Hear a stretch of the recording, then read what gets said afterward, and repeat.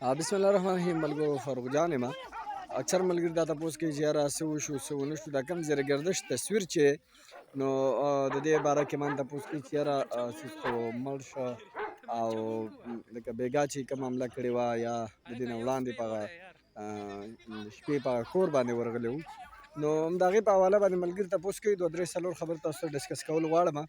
تاسو بالکل بې غوره کېږئ نه، ځکه چې کېدای شي زه دا نه وایم، دا څیزونه په نورو علاقو کې هم شته دی، خو هلته چې کوم دی داسې نقصان وغیره نه کوي. اکثر چېرته په فضا یا ګډه باندې ورشي نو هغه پته نه لګي، هغې هلته دون نقصان نه کوي، خو دلته چې کوم دی څه وجې کېدلی شي د نقصان شروع کړی دی.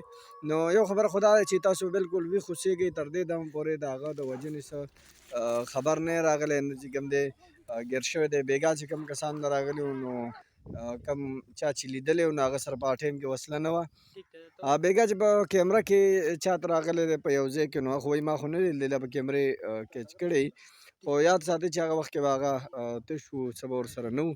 نو تاسو داسې وکئ، اهل علاقه چې څونه ده دا به ویښ اوسېږئ، ځکه چې بل ټایم هم حمله کولی شي، حمله کېدلی شي. دغه څیز د لاسه خپل ماشومانو ډېر زیات خیال وساتئ. اوس چې کوم بل ماشوم دی هغه هم انتهایي سیریس دی، اگر چې سهار ما ته خبر میلاو شو چې یار هغه وفات شوی دی، خو نه بالکل نه دی وفات شوی. الحمدلله هغه زیر علاج دی او تر دې دمه پورې الحمدلله ښه دی. ټیک ده چې سیریس دی خو الله پاک به جوړ کړي. دعاګانې به کوئ، باقي چې کوم دی ټول علاقه به ویښ اوسېږئ.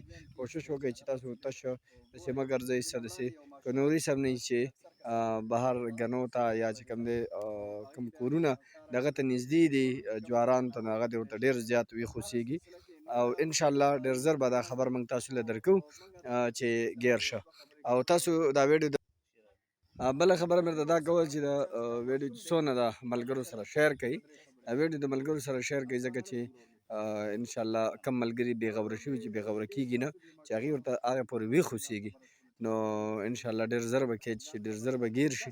او ځینې کسان وایي چې یاره دا څنګه چې دا څنګه د علاقې ده، د دې ځای د علاقې خلک ښه تکړه دی، خو بس د لاس نه لاندې نه دی راغلی، نو خامخا ګني دي، جواران دي، کندې دي، په هغې کې غارونه دي، نو ډېر په ګرانه باندې به ګیرېږي او انشاءالله ډېر ژر به ګیر شي.